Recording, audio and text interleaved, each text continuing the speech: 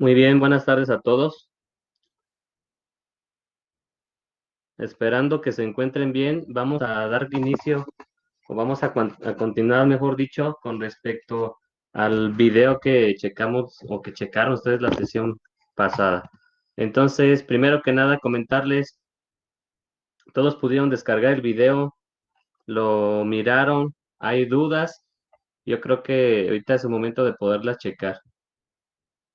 Entonces, voy a presentar pantalla para ir dando continuidad a la temática. Entonces, me indican si se ve.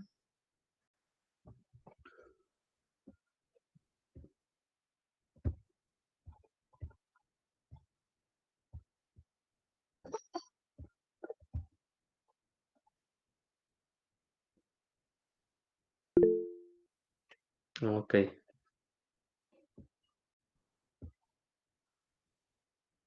Muy bien, entonces, retomando, si checaron el video, habíamos comentado ahí y iniciamos con lo que es el análisis instrumental.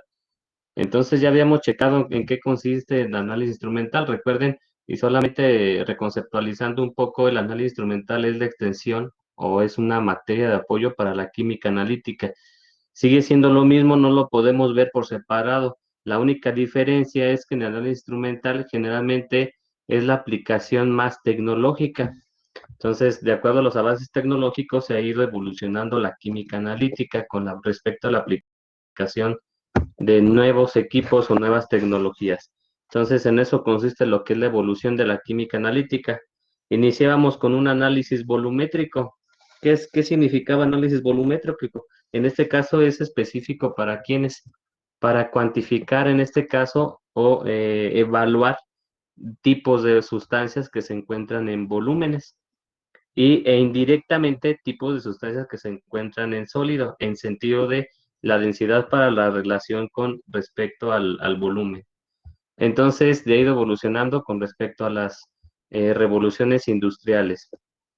Entonces, checábamos que una de las funciones generales de la química analítica es el muestreo, el análisis de productos y la monitorización de la calidad de productos, que es en general, por eso se le llama la química analítica, es ciencia central, porque con base a ella es la fase medular de todos los estudios de la materia, en este caso, en cuestión de sus propiedades tanto físicas y químicas, como lo mencionábamos en el video anterior.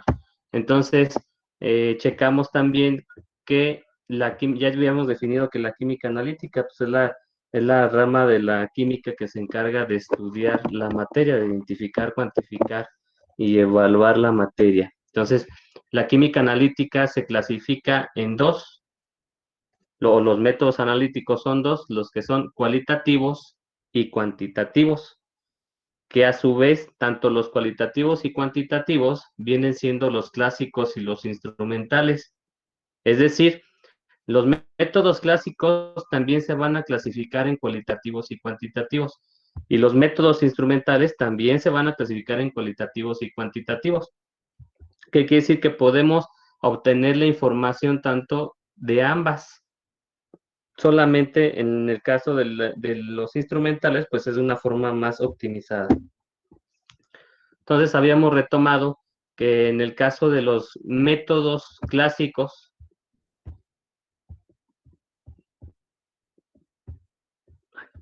que los métodos clásicos entonces son los métodos que se usan comúnmente o como base para los métodos de la química analítica. ¿En qué sentido?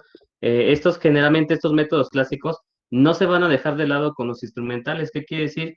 Que a la hora de que nosotros estemos realizando un análisis con respecto a los análisis instrumentales o con un equipo, es a veces imposible dejar de ver o dejar de lado los clásicos. Hay veces que sí van a tener una cierta relación, más sin embargo, tenemos que recurrir a lo que son esos clásicos. ¿Cuáles son los métodos clásicos? ¿Recuerdan? Generalmente son tres métodos clásicos de los que hablamos en el video anterior. ¿Quién me dice cuáles son? Extracción y titulación. extracción es uno, titulación o volumetría es otro, muy bien, y falta uno. Los gravimétricos. Ok, puede incluir también gravimétricos, extracciones, titulaciones, que me falta una, que tiene que ver con la extracción, falta uno.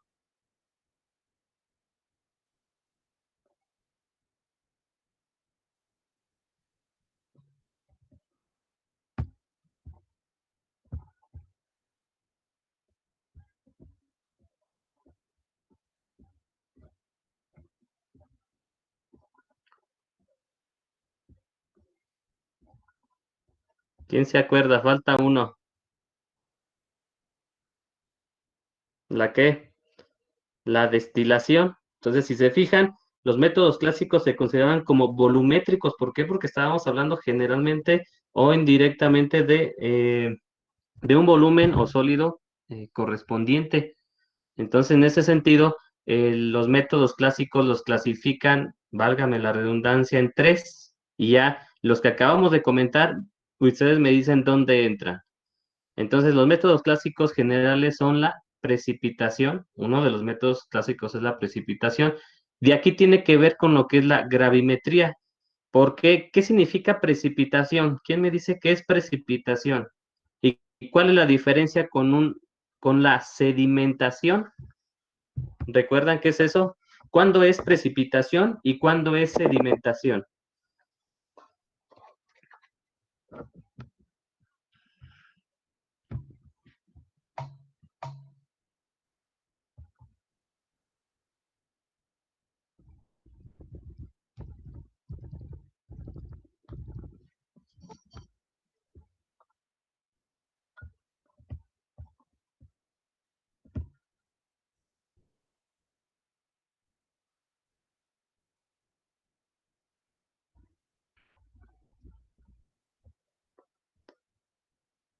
A ver, ¿qué me dices? ¿Están muy serios ahora?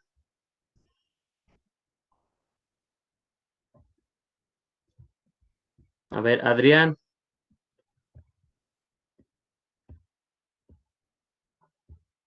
¿me escucha, Adrián? Sí, sí escucho. ¿Cómo ves tú?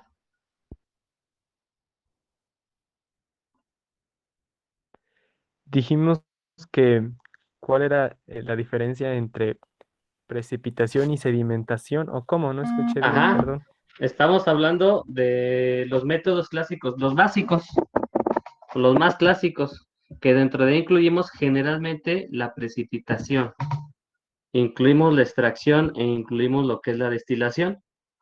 Y de aquí tenemos también los gravimétricos o tenemos los volumétricos, que es para la determinación específica de estas tres que acabamos de mencionar. Es decir, ¿cómo vamos a medir la precipitación? ¿Cómo medimos una extracción? ¿Cómo sabemos que estamos extrayendo? ¿Cómo sabemos que estamos titulando? Entonces, o destilando. Entonces, en este caso, fíjense bien la jerarquía aquí de uniones. Tenemos los métodos clásicos y dentro de los métodos clásicos tenemos la precipitación, la extracción y la destilación. Ahora, ¿con cuáles métodos llevamos a cabo la medición o la cuantificación?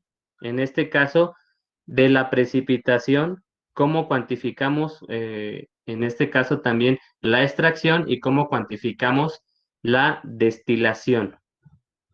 Quiero que vayan siguiendo esos pasos. Entonces, ¿cómo lo llevamos a cabo? Ok, estos tres los llevamos a cabo mediante la gravimetría y lo llevamos a cabo mediante la volumetría, que es la titulación. ¿Qué es gravimetría? ¿Alguien recuerda qué es gravimetría?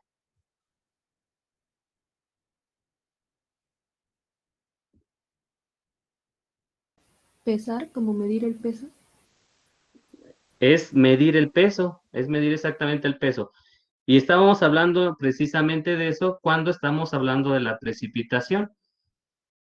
Entonces, para que se lleve a cabo una precipitación, tiene que ocurrir una reacción, pero ojo aquí, ¿cómo voy a identificar ¿qué es una precipitación y cómo identifico qué es un sedimento?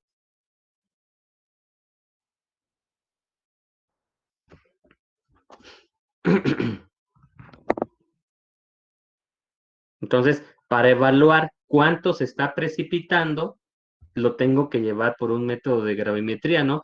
Previo a eso, antes de la llevar al método de gravimetría, tengo que hacer una separación, porque todo se ocurre en un medio de reacción.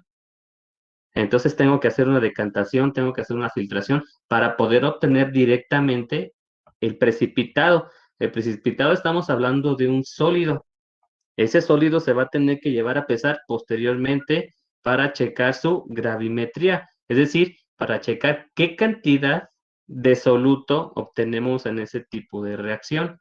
Y a esas reacciones recuerden que se les denomina como reacción de precipitación. Pero entonces, ¿cuál es entonces esa diferencia? Precipitación, ¿qué es precipitar?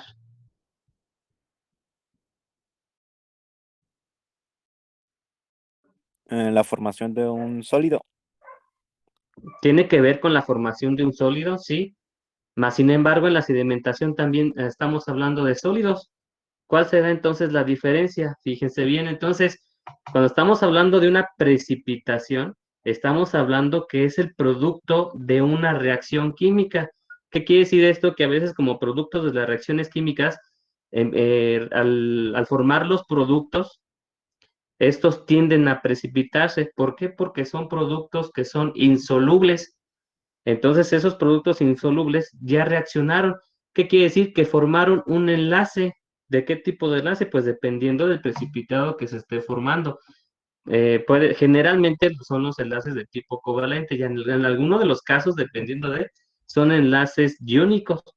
Entonces, cuando se forman estos tipos de enlaces, estas uniones de átomos te están generando, fíjense bien ahí radica la diferencia.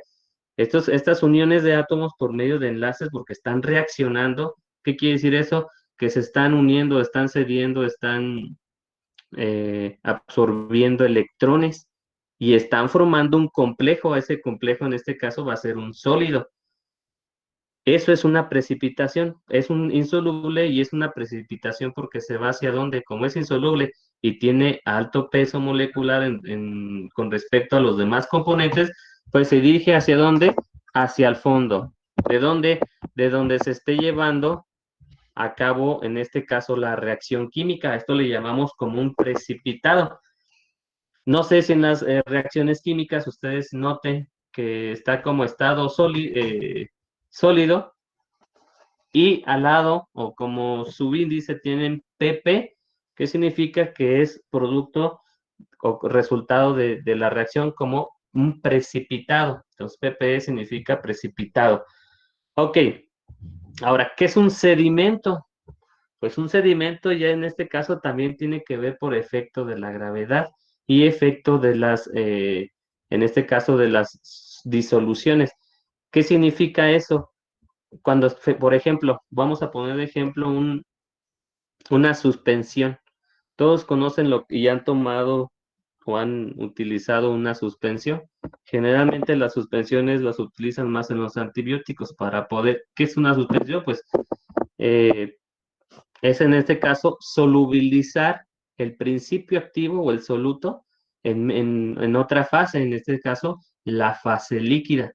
Entonces, si se fijan, con respecto al tiempo, preparan primero una suspensión, con respecto al tiempo, notan que se alcanza a percibir las diferentes fases. ¿Qué quiere decir esto? Que estas soluciones son parcialmente solubles. ¿Qué significa? Que cuando le agregas en este caso, le suministras energía, se va a solubilizar nuevamente. Sin embargo, con respecto a tiempo, estas fases se van a otra vez a separar. Eso es en este caso una suspensión. Entonces, a esto que es parcialmente, en este caso, soluble, a eso se le va a llamar como un sedimento. Esos sedimentos generalmente son insolubles. A la hora de que se agita, a la hora de que se le proporciona energía, vuelve otra vez ¿a qué? A homogenizarse. Entonces, a estos sólidos a veces se les pueden conocer como sólidos parcialmente solubles, dependiendo pues de la acción. Entonces, esa es la diferencia entre entre una precipitación y una sedimentación. Ahora, fíjense bien, en el caso de la precipitación, si le suministramos energía para querer otra vez solubilizarlo, ¿se puede o no se puede? ¿Quién me dice? ¿Y por qué no se puede o por qué sí se podría? ¿Puedo volver a solubilizar un precipitado? Ya vimos que un sedimento sí, pero un precipitado lo volvemos a solubilizar. A ver, ¿ustedes qué dicen? Yo digo que no, porque el precipitado es un sólido insoluble. Ajá, porque es un sólido insoluble. Ok, tiene mucha coherencia. ¿Por qué es un sólido insoluble? En este caso, porque es producto ¿de qué? De una reacción química. Está haciendo allí relevancia un enlace químico. A diferencia con qué? Con el sedimento que se vuelve otra vez a homogenizar. Entonces acá estamos hablando que es como producto de una reacción química, producto de un nuevo compuesto. Estamos hablando directamente de un compuesto sólido y como dice su compañero es insoluble. Entonces esa es una de las diferencias, que si yo también le voy a suministrar o lo pongo en agitación o lo suministramos energía, aunque tú lo agites, aunque tú le sometas agitación mecánica, no vuelve a solubilizarse, a diferencia con el sedimento. Ahora, hay otro aspecto u otro concepto que es, en este caso, la aglutinación. ¿Qué es la aglutinación?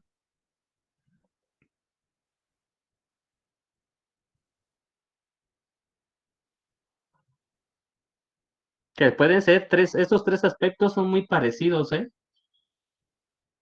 Tienen la característica de que se van hacia el fondo, que están parcialmente insolubles, a reserva o a diferencia en este caso del precipitado. Esta aglutinación parece más el comportamiento, en este caso, de una precipitación. ¿Saben cómo se determina el tipo de sangre? ¿Alguien ha visto? ¿Alguien ha entrado a un laboratorio?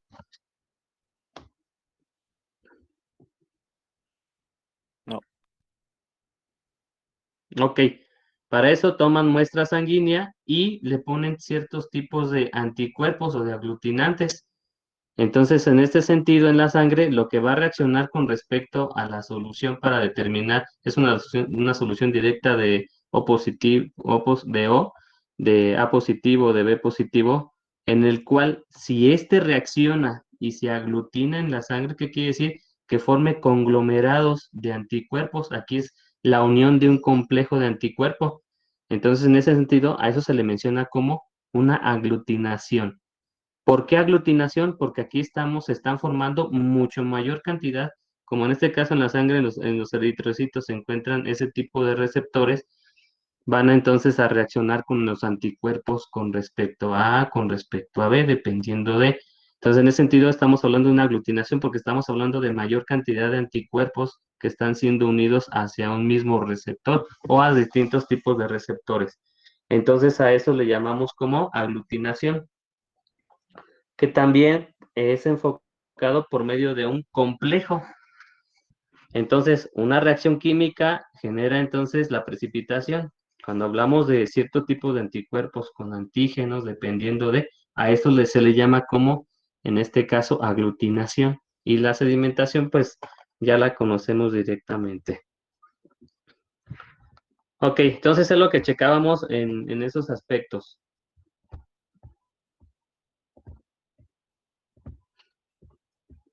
Continuando, recuerden entonces que los clásicos son esos tres que habíamos observado y dentro de esos tres, los otros métodos para cuantificar los tres clásicos que acabamos de checar son los gravimétricos y los volumétricos. En el caso de la extracción y en el caso de la destilación, para poder identificar ese tipo de concentraciones, cuánta concentración de alcohol qué tipo de extracción o qué se está extrayendo y en qué cantidad, mejor dicho, se aplica lo que es la volumetría. Entonces aquí podemos aplicar diferentes tipos de métodos. Entonces podemos observar que en la química analítica está lleno de métodos y está lleno de técnicas. Entonces en ese sentido vamos a checar que los clásicos también son tanto cualitativos como cuantitativos. Tomando en cuenta que los gravimétricos y los volumétricos generalmente son cuantitativos porque nos están indicando, el gravimétrico nos indica qué peso y el volumétrico como nos sirve es una titulación para identificar qué concentración es, entonces también entra dentro de lo que son los cuantitativos.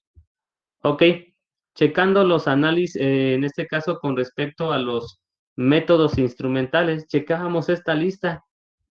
Toda esta lista, no sé si se puedan dar a la tarea ya con calma de poderla leer. Ahí de todo lo tenemos en el video. Estos métodos instrumentales, recuerden que lo característico es que son más optimizados, o sea, son más sensibles, son más productivos generalmente representan menos sesgos o menos errores. Entonces, dentro de estos métodos instrumentales tenemos 4 métodos en los que se basa según su función del tipo de instrumento que se pueda aplicar. Entonces, generalmente los más empleados en este tipo de unidad, vamos a hablar de los espectroscópicos. Entonces, en esta unidad generalmente se va a enfocar a los espectroscópicos, sí tomando en cuenta en algunos casos, por ejemplo, los ópticos, que es de las siguientes unidades, nomás para análisis de aguas. Entonces, ¿alguien me puede recordar qué checamos ahí en los electroanalíticos? Hacer algo de forma rápida.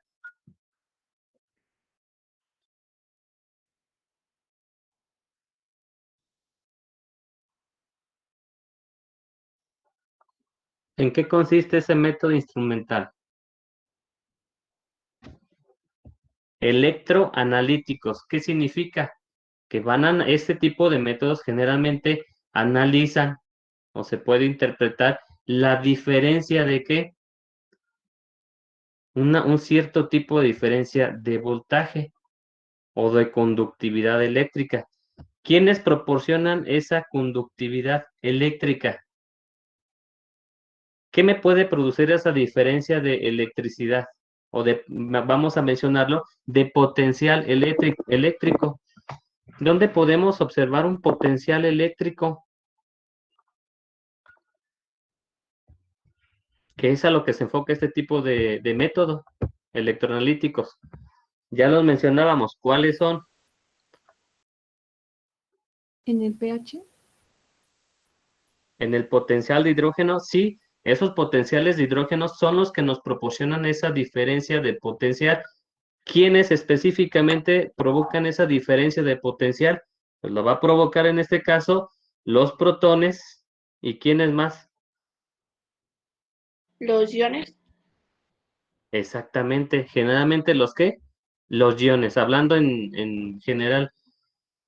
Entonces, aquí quien va a provocar esa diferencia de voltaje es esos iones. ¿En qué sentido? En que hay cationes y hay aniones. Entonces, si tenemos positivo y tenemos negativo, pues puede deberse a una conductividad eléctrica.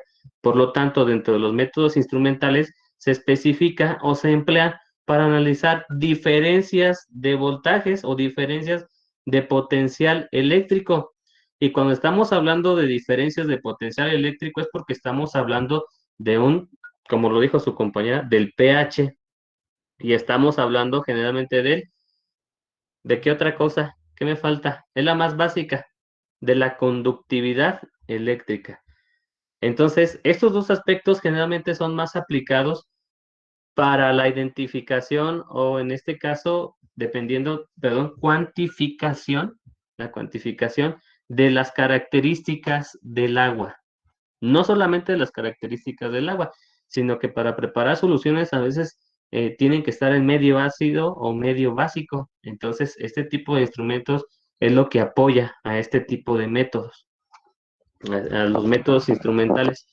Ojo aquí, También ya en la química analítica clásica, pues se emplean precisamente los potenciómetros. Por eso les comento, no lo veamos de forma separada, sigue siendo lo mismo, solamente los métodos instrumentales vienen siendo un apoyo para la química analítica. Entonces, nada más aquí sabemos diferenciar qué se consideran clásicos y qué se consideran como instrumentales. Entonces, a esto nos referimos como electroanalíticos. Entonces, se puede determinar la conductividad eléctrica, se puede determinar el potencial de hidrógeno. Ok, dentro de los ópticos,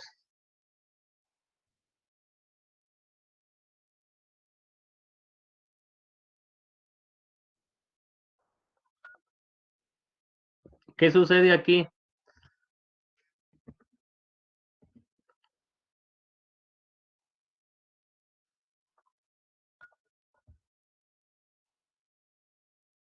A ver, si quieren, en lo que piensan aquí, ¿qué sucede en los métodos ópticos?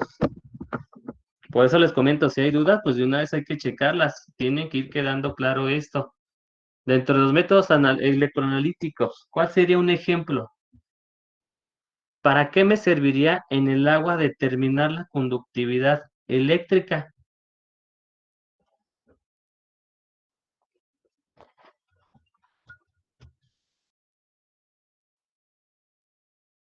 Ya sabemos que debe de contener un pH aproximado a 7, ¿no? pH neutro, para poder consumirlo.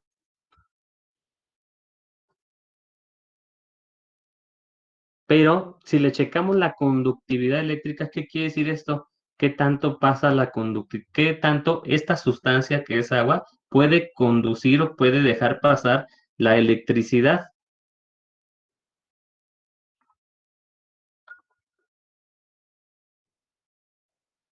¿Quién me dice, para qué nos serviría eso? ¿Qué dato nos arrojaría? Y para eso, para saber qué dato nos arrojaría, pues debemos de tomar en cuenta primero, pregunta si el agua puede conducir o no puede conducir, en este caso, la electricidad. ¿Qué tipo de enlace es para poder conducir o no conducir electricidad?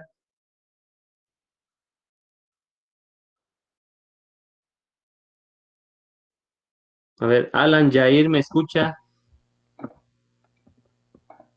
Sí, profe. Reyes. Ah, el otro. Ah, perdón, Reyes. Somos dos. Ya se fue Es mejor. que voy en orden de Bueno, lista. Bueno, de una vez tú, Martínez. dígame. ¿El agua puede conducir electricidad? El agua no es un muy buen conductor de la electricidad si está pura.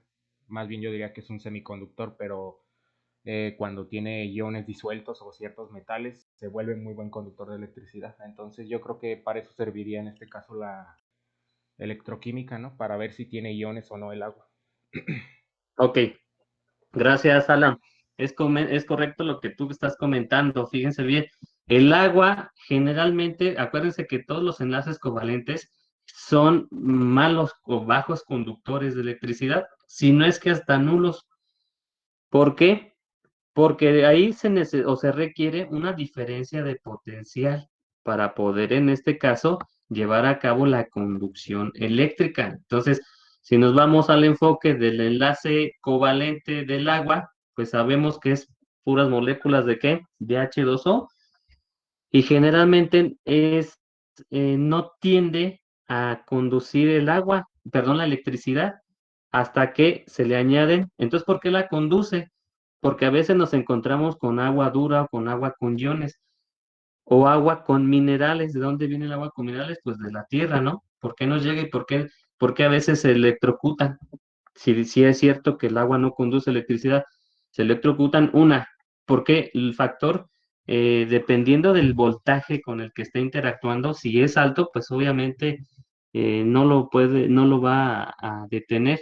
Y la otra, si hay iones disueltos o si hay minerales disueltos, pues obviamente va a producir esa diferencia de potencial eléctrico y obviamente lo va, lo va a dejar pasar, ¿no? Esa electricidad. Entonces, aquí con respecto a las destilaciones, agua bidestilada, agua destilada, bidestilada, tridestilada, obviamente el agua tridestilada pues ya no puede contener, ya es muy complejo que contenga ese tipo de sales. Entonces aquí, por ejemplo, para la aplicación para el consumo humano, pues aquí se requiere de hacer este tipo de análisis electroanalíticos, específicamente pH y potencia y conductividad eléctrica, para identificar si en este caso esa agua puede ser consumida o no, o es alta en sodios o es alta en tipo de minerales que pueden llegar a ocasionar afecciones a la salud. Entonces, por eso que se emplea lo que es la conductividad eléctrica. Ok, pasamos ahora sí a los ópticos.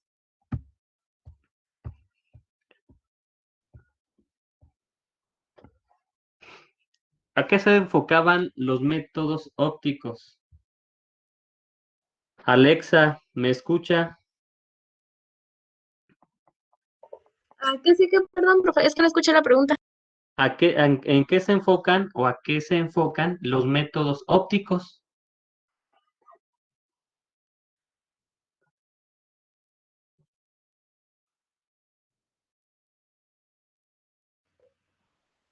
Eh, me- bueno, yo investigué que tenían que bueno, servían como para medir la capacidad de un material en una solución o algo así. ¿Me escuchó? Ok.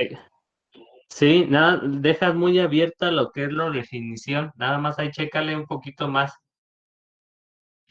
Acuérdense que todos los métodos, tanto los electroanalíticos, los ópticos, los cromatográficos y los espectroscópicos son para lo que acabas de comentar. Ambos son, nada más hay que especificar cuál es esa diferencia entre cada uno de esos métodos. Ana Itzel Cruz, ¿me escucha, Ana?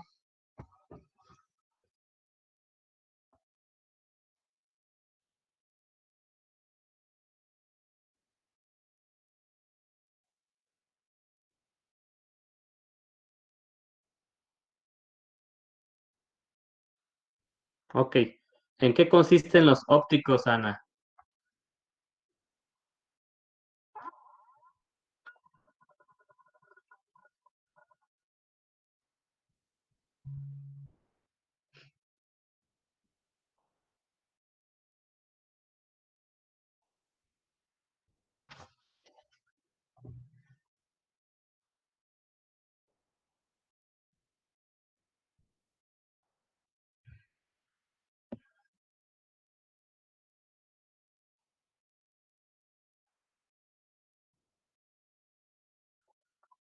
¿Recuerdan qué ejemplo les puse ahí?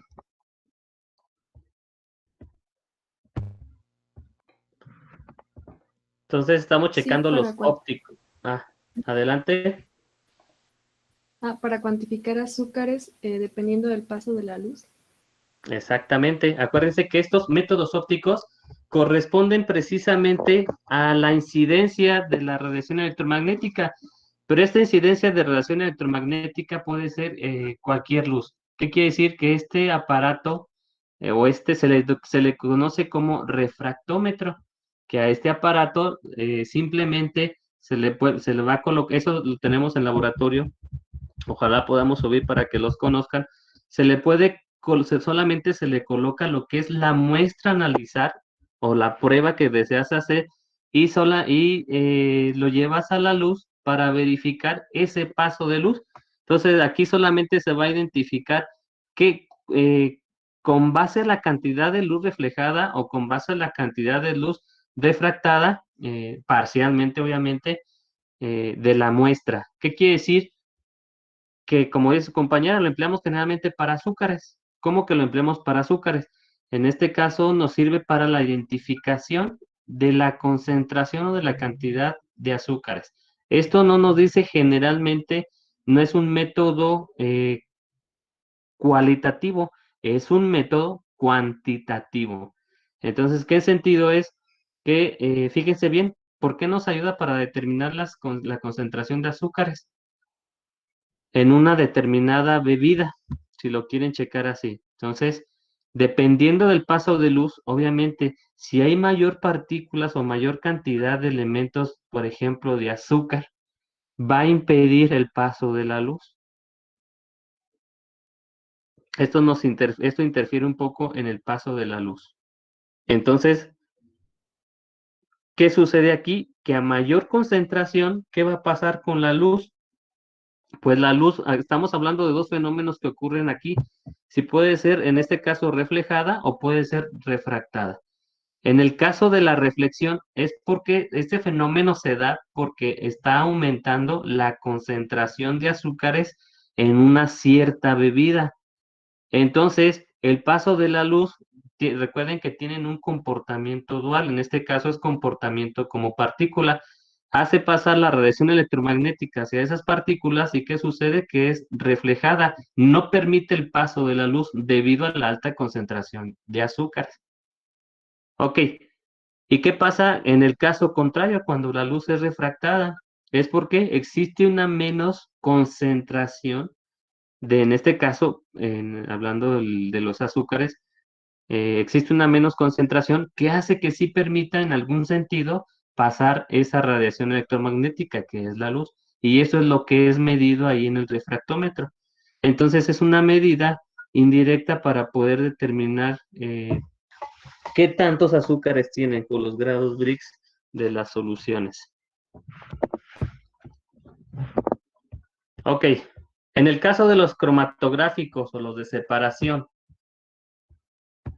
¿en qué consisten esos? Pues generalmente estos consisten en dos partes, en dos tipos de fases. Una fase móvil, una fase fija, bueno, una fase fija y una fase móvil. En la fase fija se va a poner lo que es la muestra que se desea separar. En la fase eh, fija o en la fase móvil, dependiendo de lo que tú deseas analizar. ¿Qué es esto? Todos podemos ver este tipo de fenómeno, que es por diferencia de polaridad. Entonces, en este sentido, dependiendo de la técnica, hay equipos que ya te lo realizan directamente. Ya más adelante, cuando nos enfoquemos a esto, pues vamos a poner más ejemplos de esta parte. Más sin embargo, aquí es donde se coloca lo que es lo que se desea separar. Entonces, por esa diferencia de polaridades, va a ocurrir la separación. ¿Quién tiene que llevar a cabo esa separación? Entonces, es como si tuviéramos una hoja de carbonato o es una hoja de papel. En una hoja de papel se coloca. ¿Quién ha colocado tinta, en una gota de tinta ahí en el papel? Y cómo cuando si lo humedeces y se va absorbiendo lo que es, en este caso puede ser alcohol o puede ser agua, si se va absorbiendo, va a ir separándose o va a ir dejando un tipo de rastro. A ese rastro se le llama, como en este caso, la separación. Si tuviéramos más elementos o si tuviéramos un extracto de algún tipo de planta, de cualquier planta, y la colocamos así y le ponemos un solvente, en este caso el solvente tiene que ser afín a lo que se desea separar, entonces va a ocurrir lo que es la separación. Entonces a esos métodos se les llaman como métodos de separación o métodos cromatográficos. Entonces, para esto, ya esta técnica que les acabo de comentar es la química, los métodos clásicos de la química analítica. Ahora ya hay instrumentos. Estos instrumentos o estos equipos, pues son demasiado costosos, tienen sus ciertas ventajas y desventajas, ¿no? Que las ventajas, pues, te ayudan a separar bastante y te dan tu rango de lo que puedes encontrar o lo posible que puedes encontrar. Nada más que son demasiado costosos y en este caso sus mantenimientos son casi igual de costosos, ¿no? Entonces son muy frágiles, muy sensibles también. Entonces, a eso se refiere cuando son los cromatográficos y de separación. Los espectroscópicos. ¿Recuerdan de qué tratan los espectroscópicos? ¿Quién me dicen qué tratan los espectroscópicos? Yo le digo, profe. Electromagnético.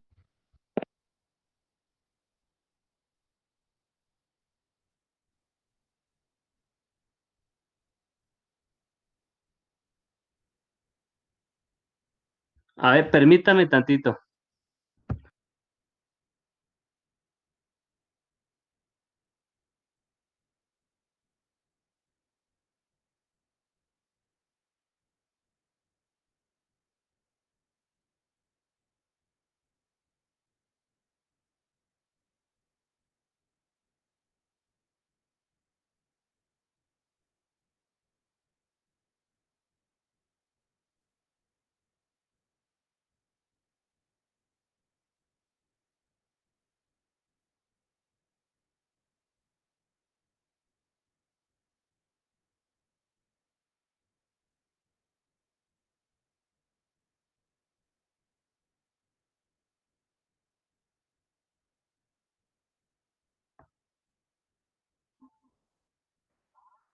A ver, muchachos, muchachas, ¿me escuchan? Sí, profe. Creo que se perdió la conexión, ¿no? ¿O ustedes no tuvieron problemas? Sí. No se ve la pantalla, se ve en negro. Ya no se ve la pantalla. A ver, déjenme ver qué pasa. A ver, voy a volver a presentar.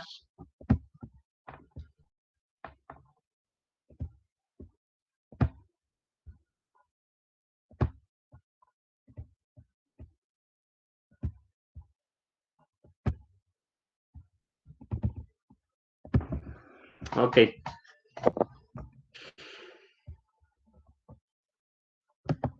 Muy bien, entonces, ahí me comentaron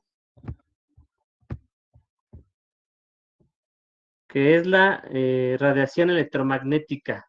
Entonces, los métodos espectroscópicos, pues sí viene en este caso de espectro, que es en cuenta la radiación electromagnética.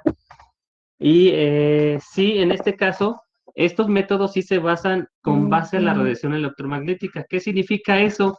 Que tú le vas a emitir, y fíjense bien, la mayoría tiene que ver con un tipo de radiación electromagnética, la mayoría de estos. Por ejemplo, estos tres, los ópticos, los cromatográficos y los espectroscópicos, generalmente también se pueden basar en alguno de los sentidos, se pueden basar en la radiación electromagnética. Entonces, dentro de los espectroscópicos, estos son más específicos. ¿Qué quiere decir esto? Que es que con base en la radiación electromagnética, con base en ese sentido, se puede ver afectado la muestra. ¿Qué significa esto? Que estos equipos hacen incidir un cierto tipo de radiación que ustedes deseas y van a hacer que modifique o van a hacer que cambie esa muestra. Es decir, esta muestra la va a y va a tener un tipo de reacción. ¿Qué quiere decir? Que si la muestra o la materia tiene la capacidad de absorber energía, así como tiene esa capacidad de absorber, también puede emitir energía. En este caso, la muestra, con base a ese estímulo, a esa señal, va a emitir un cierto tipo de respuesta a ese estímulo. Y esa respuesta de ese estímulo es la que va a ser medida en los instrumentos. Por eso es que sí, como bien comentan, los espectrópicos se basan generalmente en la radiación electromagnética. ¿Qué puede ser?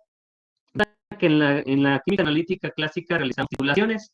Esas titulaciones nos sirven para identificar concentraciones. Ahora, fíjense bien, en el caso de los espectroscópicos, aquí vamos a introducir lo que es la muestra para poder determinar esa concentración, pero previo tenemos que hacer un cierto tipo de técnicas de química analíticas. ¿Cuál es la diferencia entre aplicar una volumetría y aplicar este método? Y también hay que aplicar métodos clásicos.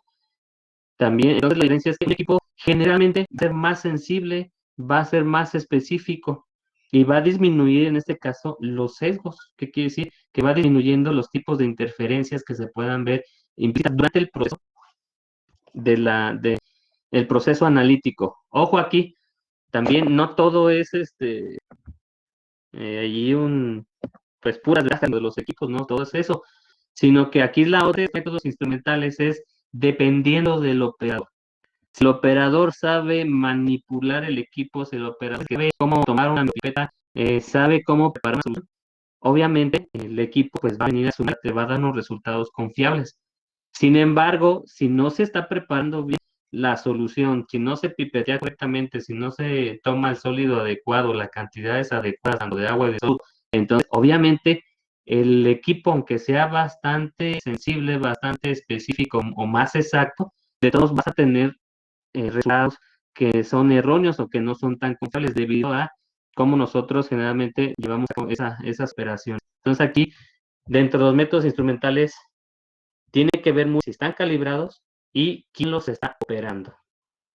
Generalmente con base a un análisis recae en que la mayoría de incidencias de los sesgos recaen en los operadores. ¿Por qué? Que todos estos métodos instrumentales están debidamente calibrados.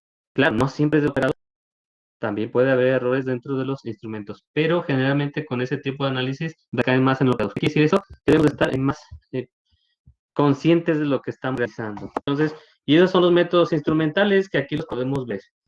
¿En qué se basan? Pues se basan varios tipos de fenómenos. Emisión de la radiación, absorción de la radiación, dispersión de la radiación. Fíjense, estamos hablando de radiación electromagnética. Entonces, ¿cómo incide esa radiación electromagnética en el tipo de muestra para poder determinar cierto tipo de sustancias? Entonces, dispersión de la radiación, difracción, rotación, potencial eléctrico, carga eléctrica, corriente eléctrica, resistencia, masa, velocidad de reacción, propiedades térmicas de actividad.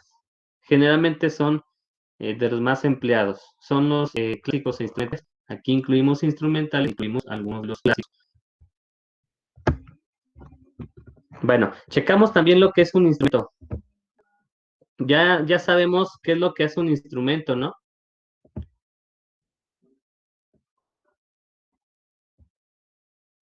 ¿Quién me dice qué hace un instrumento?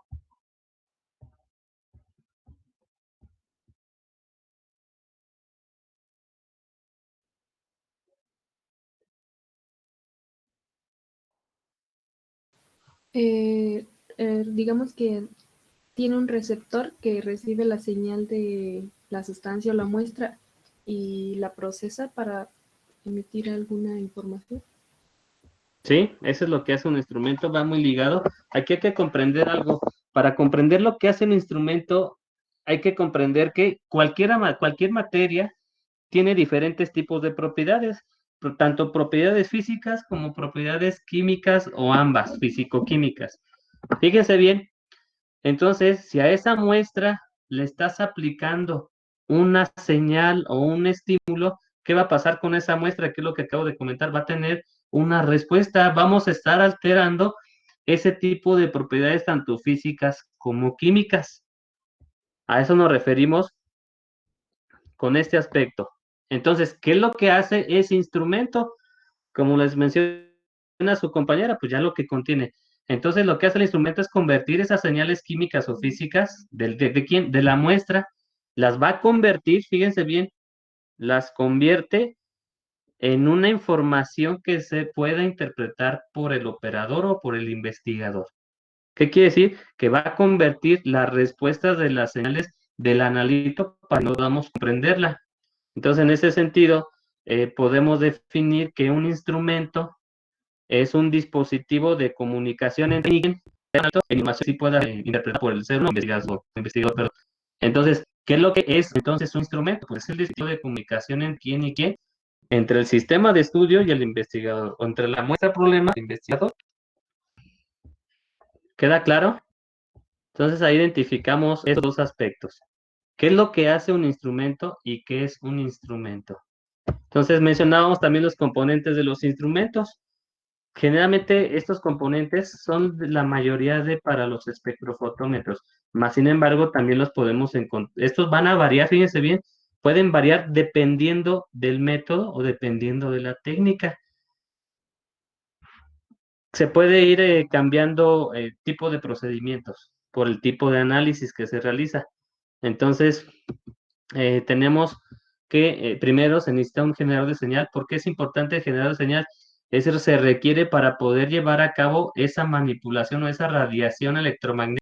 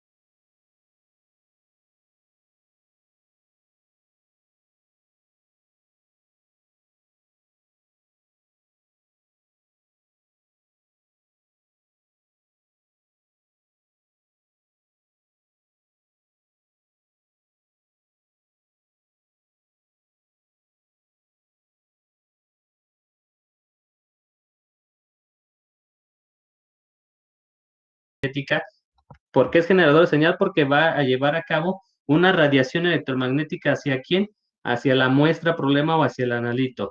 Entonces, se requiere un detector, se requiere un transductor, que era lo que checábamos en el video, se requiere de sensores, se requiere de procesador de señales. Aquí es donde estamos hablando de que ya en respuesta, ya que el sensor es para detectar en este caso la señal. Aquí la está llevando a cabo la transformación para poderla transportar al sensor. Entonces, aquí llegando al procesador de señal, ¿qué es lo que está haciendo? Empieza a transformarla, ya que está transportada, la empieza a transformar. ¿A qué? A un lenguaje que sí pueda ser interpretado por el operador o por el investigador. Finalmente llegamos a lo que es el dispositivo de lectura. Ok, continuando, dentro de los componentes generales del instrumento encontramos estos dos, que tiene que haber un estímulo, tiene que haber una muestra y con base a esto, con base al estímulo y la muestra, tiene que ejecutarse una respuesta. Entonces a esto también le llaman fuente de energía, sistema objeto de estudio e información analítica. Y el otro diagrama general de lo que son los componentes de los instrumentos son generador de señales, detector, transductor y sensor, procesador de señales y dispositivo de lectura.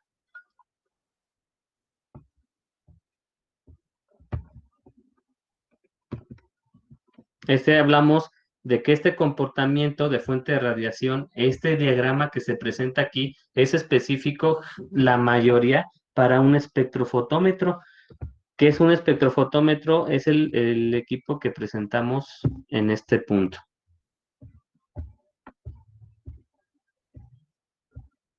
Aquí está el riel, donde se colocan las muestras en las cubetas o en las celdas y va a hacer pasar un haz de luz, la van a detectar, la van a, se va a requerir el transductor, se va a requerir el sensor y se va a recurrir de un procesador de señales para llevarlo al dispositivo de lectura. Más sin embargo, este instrumento cuenta con otro tipo de componentes, como cuáles, como este tipo de prisma. Entonces, ocupa una fuente de radiación. ¿Qué es una fuente de radiación? Un foco, una luz, dependiendo del tipo de halógeno, de neón, dependiendo del tipo de radiación, se va a hacer pasar por un prisma que recuerden que habíamos visto ahí en el video que es un prisma, pues, para la separación de quién, de la radiación electromagnética. Entonces, nos va a ayudar a dispersar esa radiación electromagnética y como se va a dispersar, tenemos aquí determinados filtros para poder hacer pasar específicamente una longitud de onda. Y este es el comportamiento más del tipo de espectrofotómetro, el equipo que acabamos de checar. Entonces, creo que hasta aquí nos quedamos en el video. Entonces, estamos checando lo que es la selección de un método analítico para poder considerar qué método elegir. Fíjense bien, porque vamos a ver todos los métodos de los que acabamos de checar. Vamos a checar qué método vamos a elegir. Entonces, para la selección del método analítico, para poder saber cuál elegir, primero tenemos que definir el problema. Dentro de cuando estamos definiendo el problema, vamos a checar ciertos tipos de aspectos. Número uno, vamos a checar de cuánta muestra disponemos. Hay que checar de cuánta muestra disponemos. Antes de llegar a la resolución de estas preguntas. Número uno, para poder elegir un método analítico, hay que checar qué muestra y qué tanta muestra tenemos. Aquí les mencionaba que aquí dependiendo de la cantidad de muestra que tengamos para analizar, dependiendo, esto se va a contrastar con el equipo. ¿Por qué con el equipo? Porque hay equipos que requieren de cierta cantidad específica de muestras y si nosotros no requerimos o no tomamos en consideración que la muestra nos puede o no nos puede alcanzar, a la hora que sometemos el análisis, pues no nos va a dar unos resultados correctos o ni siquiera se va a poder llevar a cabo el análisis y se va a desperdiciar la muestra. Entonces a eso nos referimos con checar de cuánta muestra se dispone. Número dos, checar qué componentes de la muestra puedan interferir. ¿Qué significa? Ya para realizar ese tipo de análisis se tiene que tomar en cuenta más o menos un estatus de qué pueda contener esa muestra de lo que tú quieras analizar. ¿Qué hay en esa muestra o qué hay en esa matriz de la muestra que interfieran? Es decir, con qué otras especies químicas está siendo relacionada la muestra y que me puedan causar una variación en los resultados. Entonces también hay que checar ese tipo de componentes. ¿Por qué es importante esto? Porque hay componentes en este caso, hay componentes que sí pueden o que sí tienen mayor sensibilidad hacia un analito, pero hay componentes que tienen baja sensibilidad a este tipo de especies químicas, por lo cual el resultado que nos arroje puede interferir mucho, en este caso, en la interpretación de los resultados. Entonces, a eso nos referimos con qué componentes de la muestra pueden interferir. Checar también, en algunos de los casos, como punto número 3, checar cuáles son las propiedades de la muestra. Por ejemplo, si son físicas, si son químicas, etcétera, para ir sabiendo hacia dónde va a ir dirigida o quién o qué método, qué instrumento nos puede checar ese tipo de señal física o ese tipo de señal química. No todos los equipos nos checan el mismo tipo de señal. Entonces hay que identificar qué equipo relaciona cierto tipo de propiedades físicas y químicas para poderlo elegir. Y la otra parte importante que tiene que ver con la primera es de cuántas muestras debemos analizar. Hay equipos que solamente pueden analizar hasta de una muestra, hay equipos que pueden analizar de 4 muestras. Entonces, ¿cuántas muestras debe de analizarse? Otra, ¿por qué es importante checar cuántas muestras deben de analizarse? Porque hay equipos, por ejemplo, los cromatógrafos, que se requiere esperar de su precalentamiento, se requiere más tiempo, se requiere de esperar entre muestra y muestra, se requiere un proceso de mantenimiento o de purgas, y eso lleva demasiado tiempo. Entonces, por eso se tienen que checar todo ese tipo de consideraciones. Entonces, retomando y reconceptualizando, checamos ahorita ojo, que para la selección de un método, primero necesitamos definir el problema. Y para poder definir el problema, consideramos estos 4 aspectos que les acabo de comentar. ¿Cuánta muestra se dispone? ¿Qué componentes de la muestra pueden interferir o qué especies químicas interfieren? ¿Cuáles son las propiedades físicas y químicas de la muestra que puedan para poder emplear un método? Y por último, ¿cuántas muestras se deben analizar? Entonces, tenemos esos 4 aspectos para poder definir el problema. No se les olvide. Entonces, 4 aspectos para poder definir el problema. Y la otra, ya que checamos ese tipo de aspectos, ahora sí nos pasamos en los parámetros de calidad. Entonces, para seleccionar un método analítico, son 2. Entonces, podemos checar número 1, definición del problema. Y ya vimos en qué consiste la definición del problema. Número 2, entonces, el parámetro o los parámetros de calidad. Y ahora sí entramos a lo que son los parámetros de calidad. Entonces, a la selección de un método analítico es importante checar qué exactitud se requiere, de cuánta muestra se dispone, en qué intervalo de concentración está el analito, ya hablando de métodos estadísticos, qué componentes de la muestra pueden interferir, cuáles son las propiedades físicas y químicas de la matriz de la muestra y cuántas muestras hay que analizar, como lo acabábamos de comentar. Entonces, ahora estadísticamente, a resolución de esto, estamos tomando en cuenta, ojo, los criterios numéricos para seleccionar métodos analíticos. Estadísticamente, entonces, o de calidad, los criterios numéricos para seleccionar los métodos analíticos es la precisión, el sesgo, la sensibilidad, el límite de detección, intervalo de concentración y selectividad. Vamos a checar en qué se enfoca cada uno de ellos. Entonces, en el caso de la precisión, ¿quién me ayuda a leer?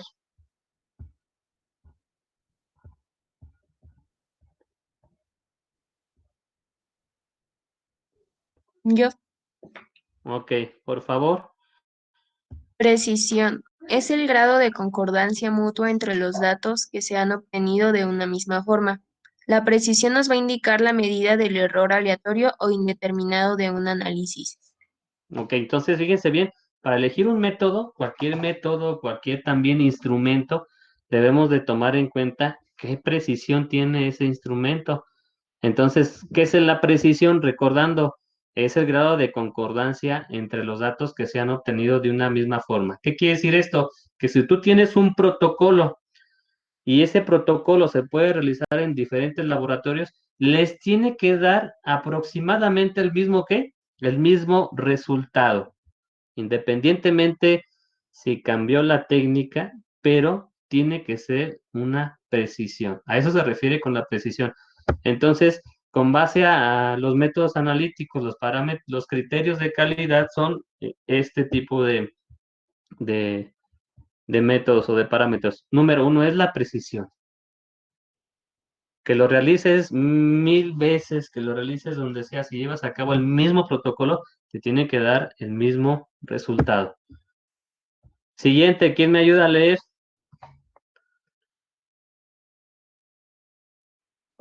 Yo, Por favor, yo, adelante. sesgo. Es un método analítico que se intenta identificar las causas del sesgo y su eliminación mediante el uso de blancos y el calibrado del instrumento. Ok, fíjese bien, entonces, es un método analítico donde se intenta identificar las causas del sesgo. ¿Qué sesgo? Alguien ya me había comentado las veces pasadas, ¿qué es sesgo? Un sesgo se refiere a las causas probables de quién? De los errores. Sesgo se refiere a veces estamos hablando de los errores.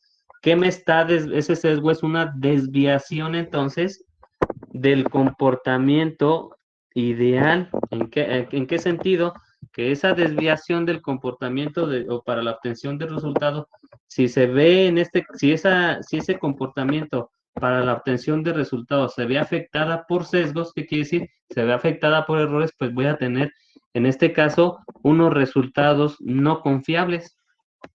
Más sin embargo, si disminuimos estas causas de sesgo, pues los resultados obviamente van a ser confiables. Que recuerden que los equipos actualmente pues toman en cuenta este tipo de consideraciones, tratan de disminuir al mínimo los sesgos por parte de lo instrumental, porque por parte del operador no lo puede hacer. No puede el instrumento manipular al operador para que lo pueda ejecutar correctamente. Entonces aquí depende mucho de la experiencia del operador. ¿Para qué? Para disminuir esos sesgos. Fíjense bien. Entonces, para disminuir esos sesgos, ¿cómo se hacen? Pues se va a hacer mediante el uso de blancos y el calibrado del instrumento. Aquí estamos hablando de curvas de calibración y el uso de blancos. ¿Qué es un blanco? ¿Quién me dice?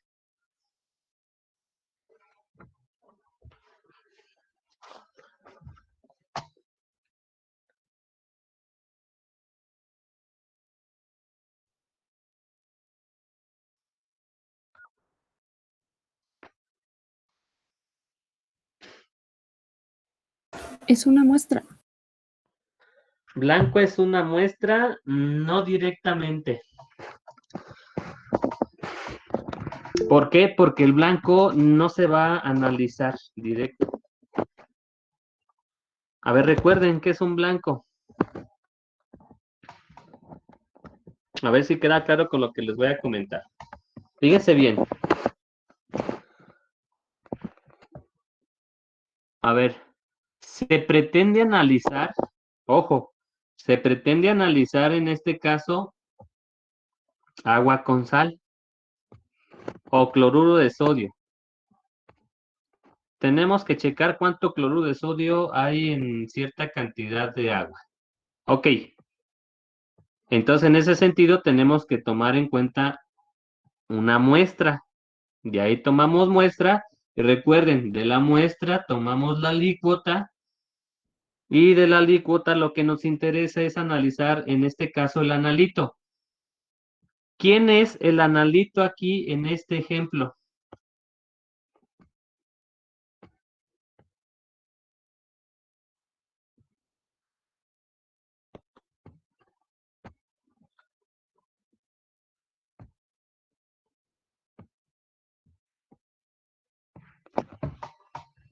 ¿Quién es el analito? ¿Qué les dije? Que queríamos analizar qué.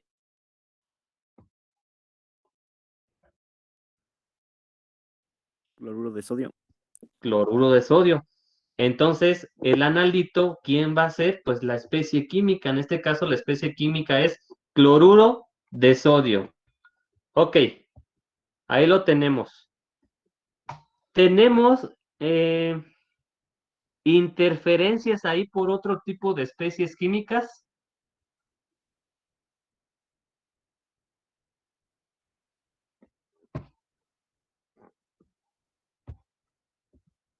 ¿Habrá alguna otra que pueda interferir ahí? Sí, en este caso, pues no puedo colocar directamente el cloruro de sodio ahí en la celda o en la cubeta. Tengo que hacer una solución y en este caso, ¿quién va o quién puede interferir o causar una interferencia en eso? Pues el agua. Si estoy hablando de una solución de cloruro de sodio, si quiero analizar cuántas cloruro de sodio hay en el agua, que obviamente recuerden, no puedo analizar directamente cuánto cloruro de sodio tengo en el agua. Yo creo que todos saben por qué no puedo analizar cuánto cloruro de sodio. Sin embargo, lo estoy poniendo como ejemplo.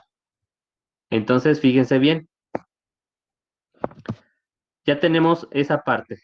¿Qué es o qué tiene que ver el blanco aquí? Ya sabemos quién es el analito, ya sabemos cómo está conformado. El analito, fíjense bien, a la hora de que nosotros vamos a identificar en un instrumento, primero es necesario blanquear. A eso a veces lo llaman como blanquear. ¿Qué significa eso? Colocar el blanco. Blanco, ¿por qué? Porque va a tener todo lo que contenga la muestra problema, menos el analito, menos lo que se desea. Entonces, si queremos analizar cloruro de sodio y lo tenemos en agua, entonces el blanco, ¿cuál sería? Y estoy hablando que el blanco va a contener todo menos el agua. Entonces, ¿el blanco qué va a ser? Pues pura agua. No va a contener cloruro de sodio. ¿Cuándo voy a analizar entonces cloruro de sodio? Hasta que mida correctamente la solución de cloruro de sodio. Pero primero tengo que colocar en ceros, como lo hacen en la pesa o en las balanzas. Primero tengo que colocar en ceros, así tengo que colocar el blanco. Tengo que colocarlo en ceros. Cero transmitancia, perdón, 100% transmitancia y 0% absorbancia. Para que por medio de esa diferencia, ahora que ya estoy midiendo, por medio de esa diferencia, vamos a cuantificar cuánto cloruro de sodio hay. Entonces, a eso se refiere como uno de los métodos para poder disminuir los sesgos, entonces es el uso de blancos. Y la otra, la calibración del instrumento. Fíjense bien aquí, podemos checar en estas dos gráficas este tipo de datos. Este tipo de datos hace referencia a cierto tipo de sesgos. Hace referencia hacia cierto tipo de sesgos. Miren, unos arriba, otros abajo, otros intermedios. Y va variando, tienen bastante variación. Cuando tiene que ir siendo proporcional ese tipo de comportamiento con base al calibrado del instrumento. Y a esto me refiero también con una curva de calibración. Entonces, esa curva de calibración con respecto a estos datos, dependiendo se tiene que realizar una regresión lineal por el método de mínimos cuadrados para obtener este tipo de trayectorias o esta pendiente. Entonces, son puntos importantes para minimizar el sesgo. Entonces, tenemos que tomar en cuenta sesgos, que es otro criterio para seleccionar un método analítico. Ok. ¿Dudas hasta aquí? ¿Quedó claro qué es sesgo, qué es un blanco? Esto quedaría mucho mejor en el laboratorio, quedaría mucho más explícito. Hay una plataforma virtual que vamos a aplicar en lo que subimos al laboratorio, donde ustedes van a poder, vamos a identificar por qué es blanco y vamos a emplear un poquito lo que es el equipo. Entonces, continuando, entonces llevamos precisión, sesgo y ahorita tenemos sensibilidad.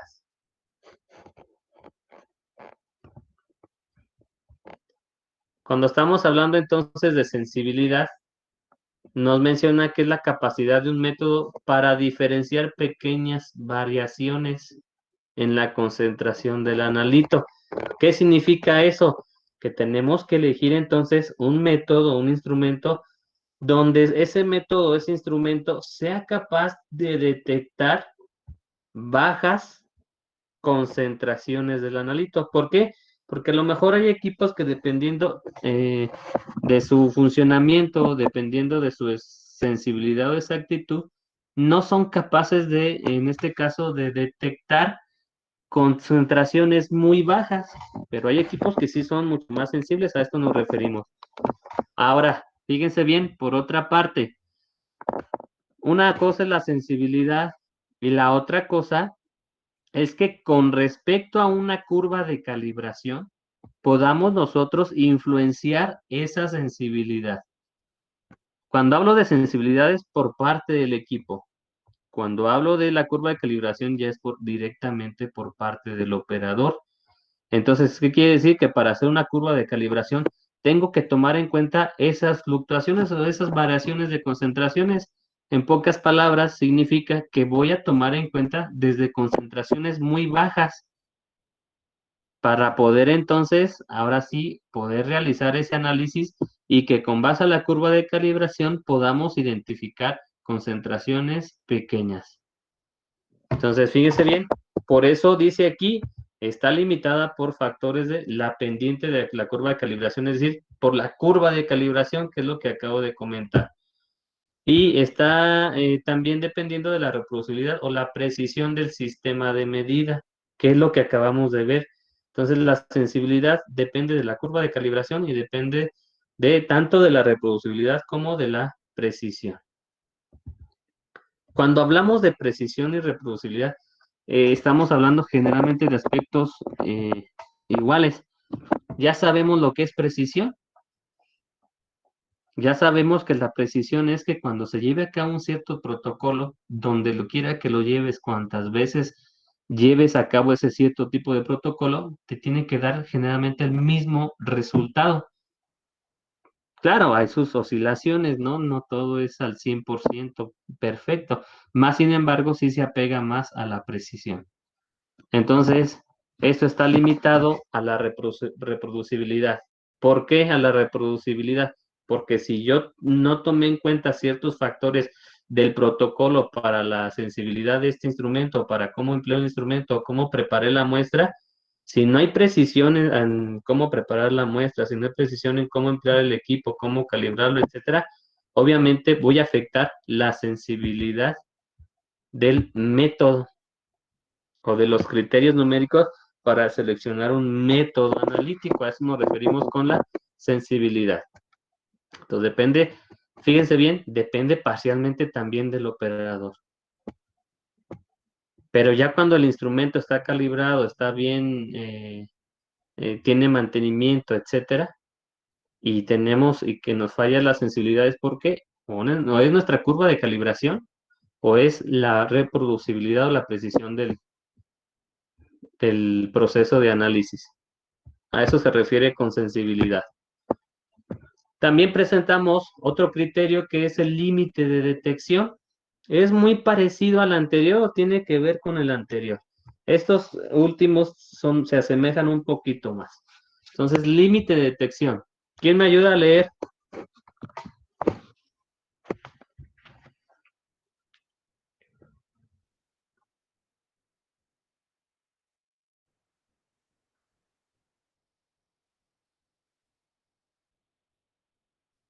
Yo, Ok, por favor. límite de detección. Es la mínima o máxima concentración del analito que se puede detectar para un nivel de confianza dado.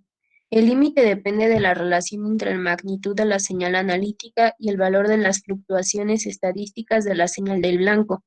Por tanto, a no ser de que la señal analítica sea mayor que la del blanco, no será posible detectar con certeza esta señal. Ok. otra vez, es lo que les comentaba, tiene que ver con la sensibilidad, pero aquí hay una diferencia con el límite de detección. Entonces, el límite de detección, otra vez, fíjense bien, va a estar dado también tiene que ver con las curvas de calibración.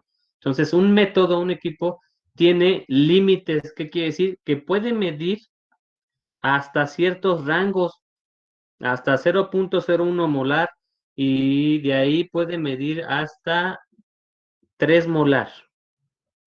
Entonces, estamos hablando de concentraciones. Entonces, el límite de detección es desde lo más bajo que pueda medir el método o con el método o el instrumento hasta lo más alto que pueda medir. Posterior a eso ya van a ser valores que ya no tienen relación entre las las dos señales, es decir, entre el eje de las X y entre el eje de las Y.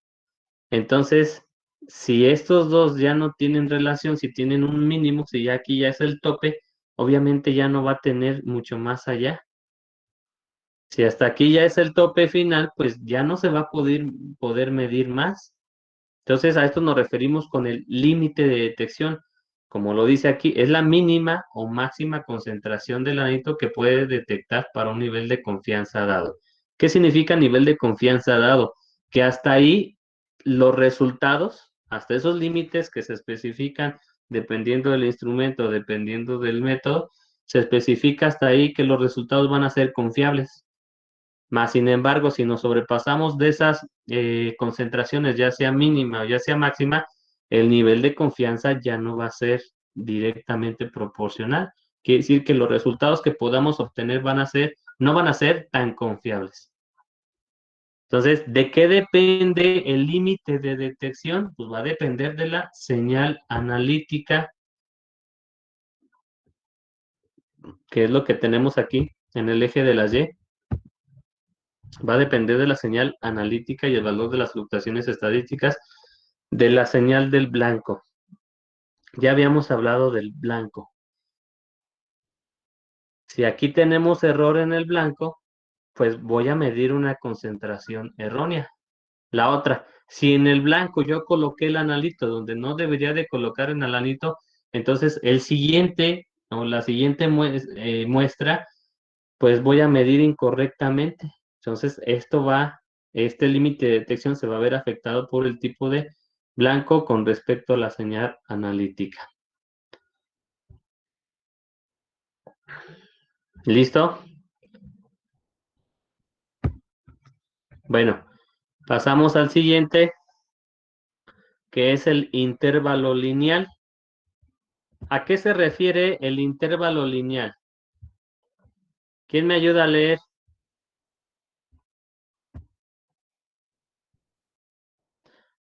A ver, Ana Melisa.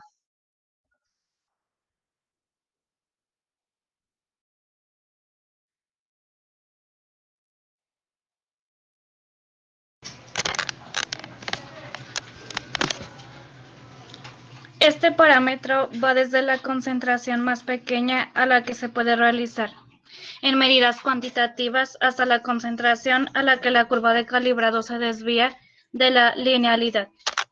Muy bien.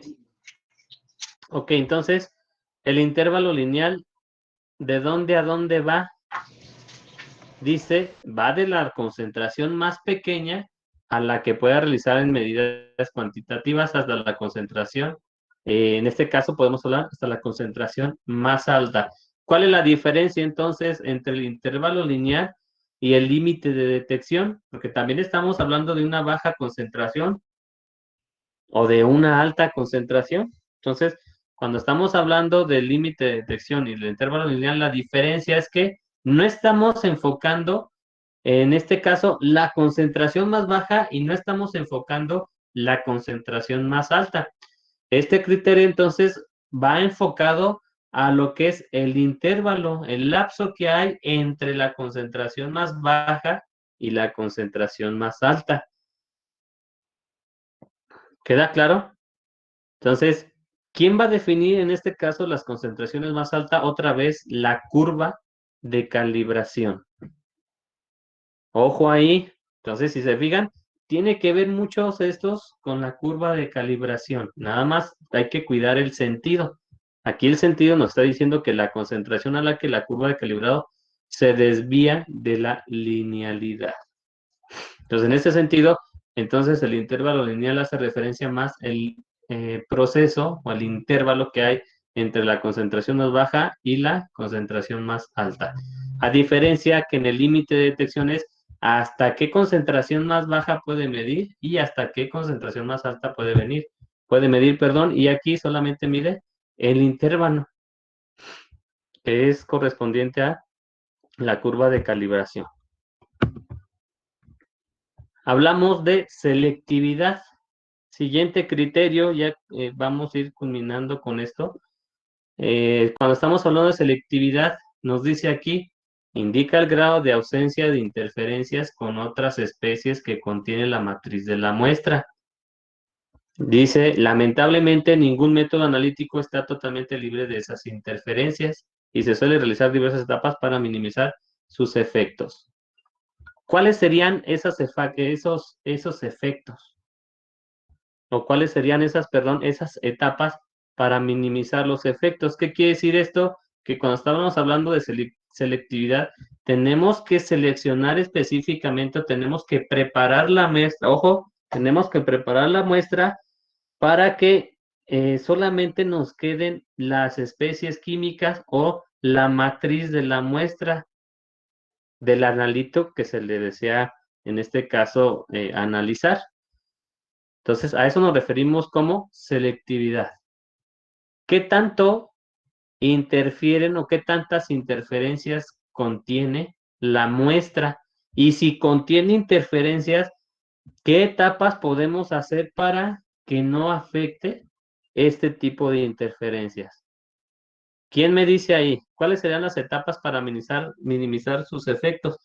Y estas etapas las podemos encontrar en los métodos analíticos clásicos. A eso nos referimos. Entonces, ¿cuáles serían esas muestras?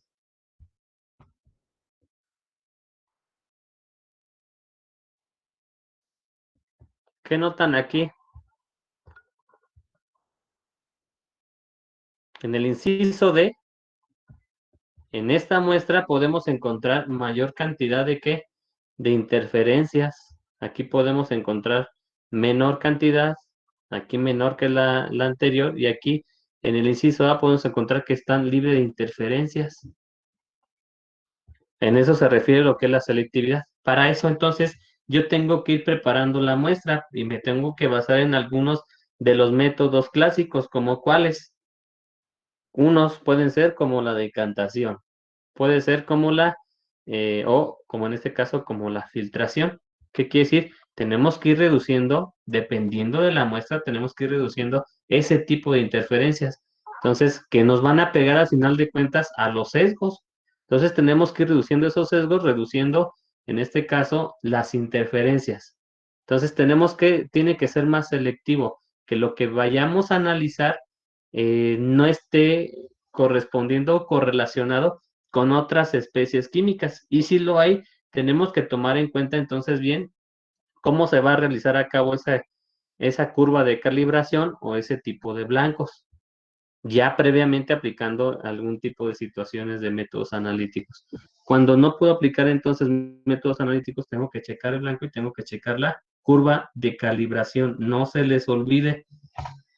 Entonces, eso es para poder definir lo que es la selectividad. Muy bien, ¿cómo vamos hasta aquí? ¿Dudas?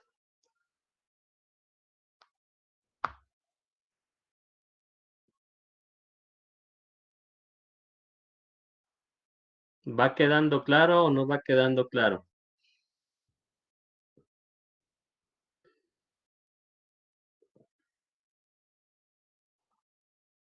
Yo, profe, en las dos anteriores, dos términos, como que me confundí. A ver, ¿en cuál? ¿En el intervalo En lineal es- y en el límite? Ajá. Ok, fíjense bien, Entonces, en el límite de detección es hasta cuánto podemos medir. Es decir, ¿cuál es límite de detección? Nos establece dos límites. Uno, ¿cuál es el límite mínimo para poder medir? ¿Qué quiere decir? ¿Cuál es la concentración mínima a la que pueda medir? Y en el caso contrario es, ¿cuál es la concentración máxima que este método o este instrumento puede medir? A eso se refiere directamente límite de detección. ¿Cuál es la concentración más baja que pueda medir? Y cuál es la concentración más alta o la máxima que pueda medir, en este caso, el instrumento.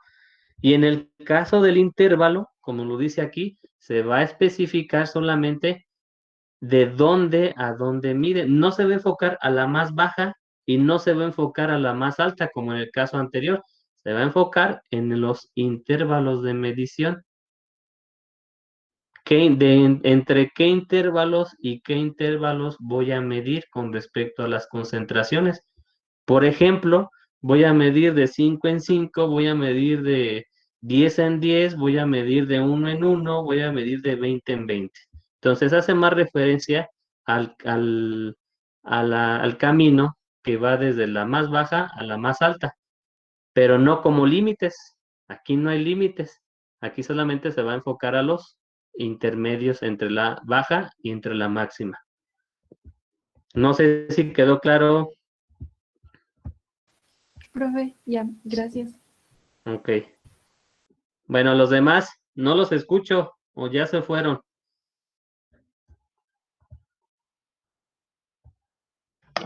Profe, yo tengo dudas. A ver, dígame. En la última diapositiva que estaba explicando. En la última En diapositiva, la- la selectividad. Sí, Ah, ok. Aquí nada más. ¿O en qué sentido va tu duda? Ajá.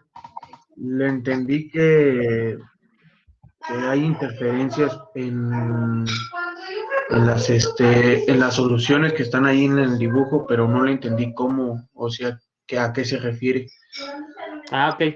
Mira, en este caso, este criterio de selectividad lo tenemos que tomar en consideración. Por ejemplo, cuando tenemos una matriz de la muestra que esté relacionado o con diferentes especies químicas. ¿A qué me refiero con eso?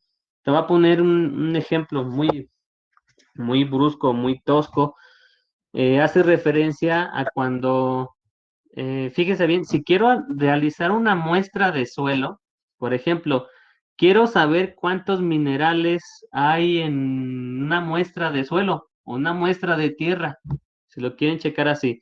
Entonces, Ajá. quiero analizar eso. Tengo el método que voy a aplicar tiene que ser selectivo. ¿Qué quiere decir eso? Que tenga que incluir las diferentes etapas para poder en este caso separar lo que necesitamos y lo que no necesitamos. ¿Qué significa esto? Que tengo que eliminar lo mayor posible de las interferencias o de las especies químicas con lo que yo quiero analizar. Entonces, por ejemplo, ahí, ¿qué nos pudiera hacer una interferencia en ese tipo de muestreo, en ese tipo de muestra?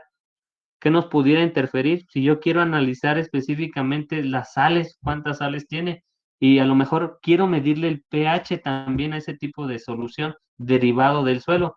Entonces, primero tendríamos que preparar la muestra, es decir, tenemos que ser más selectivos, tenemos que preparar nuestro analito para dejarlo con mayor libertad y no pueda causar las especies químicas algún tipo de interferencia.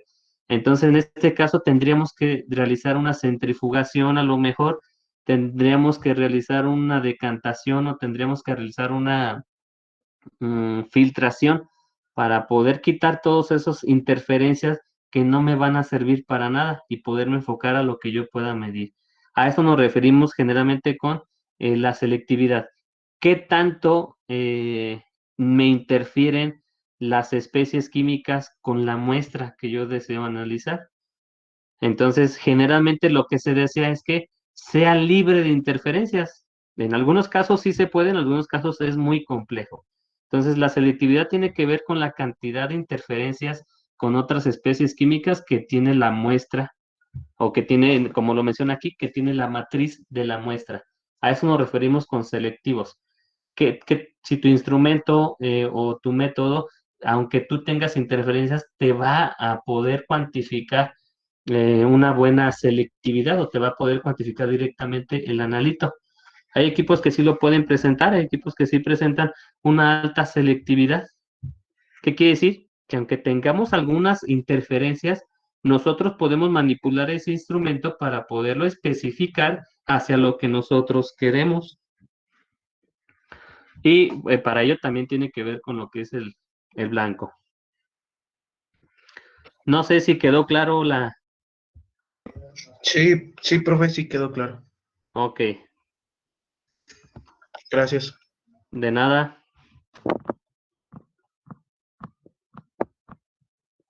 ¿Alguien más? ¿No hay dudas?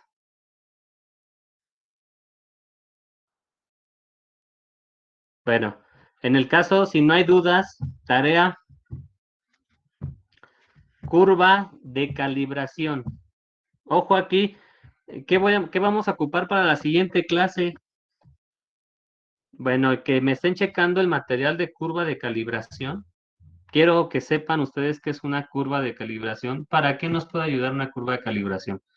Y la otra, yo sé que hay varios que están conectados, no sé, con su celular y algunos con su computadora.